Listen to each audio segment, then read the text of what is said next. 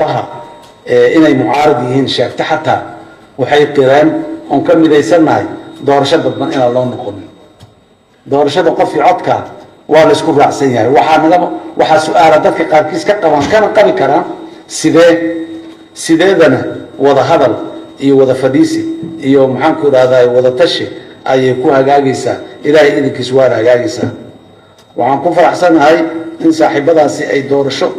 qof iyo cod ah nala joogaan doorasho dadbanne ay muxuu ay ka yimaadeen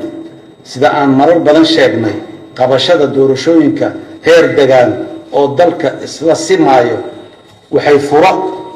u noqonayaan qabashada doorashooyinka heerarka kale ee heshiiska lagu yahay iyada oo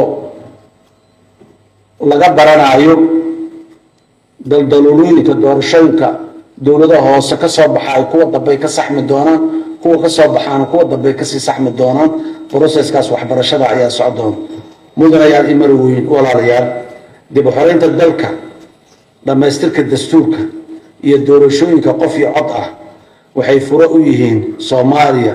ay ka baxdo meesha ay kaga jirto caalamka maanta oo ay gasho meel cusub iyo heer cusub inkastoo aan horumar iyo guulo gaarnay goobo badan oo caalami ah haddana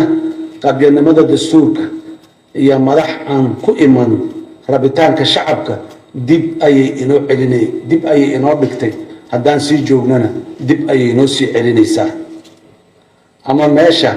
ayay nagu haynaysaa sanado badan oo kale meesha aan joogno maantana meel lagu sii nagaado ma aha walaalayaal kuma sii jiri karno tii siyaasadeed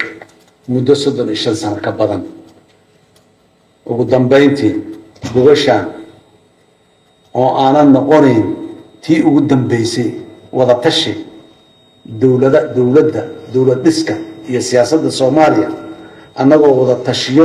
iyo xiriiro badan la sameynay madax iyo hogaamiyaal Soomaaliyeed oo kala duwan ujeedaduna waa in ay horay loo socdo ee maaha in gadaal loo noqdo annagu waxaa waajib nagu ah inaan dhageysano wixii talooyin ah oo wax ku ool ah oo lagu saxaayo waxa maanta taagan iyo waxa aan rabno inaan biri aan gaarno intaba walaalayaal dalkeenna iyo dadkeenna nagama mudna inaan meesha ay joogaan aan ku sii hayno taariikhda iyo jiilasha soo socda ayaa nala xisaabtamaya yaanan qaadin caadifad hoose ama dana gaar ah oo aan siyaasadda ka leenahay haddaan nahay siyaasiyiinta Soomaaliyeed ama daneeyayaasha siyaasadda baaq gaar ah ayaan usoo jeedinayaa madaxdii shacabka Soomaaliyeed ka hor ballan qaaday in haddii la doorto ay dhammaystirayaan dastuurka dalkan u horseedayaan doorasho qof iyo cod ah in maanta ay jirto fursaddii lagu qaban lahaa wixii ay ballan qaadeen maalintaas ay dadka Soomaaliyeed hortaagnaayeen haddii xilligii hore ay dhici jirtay in hogaamiyaasha siyaasadeed ay ku baryootamaan in lala hadlo oo lala xaajoodo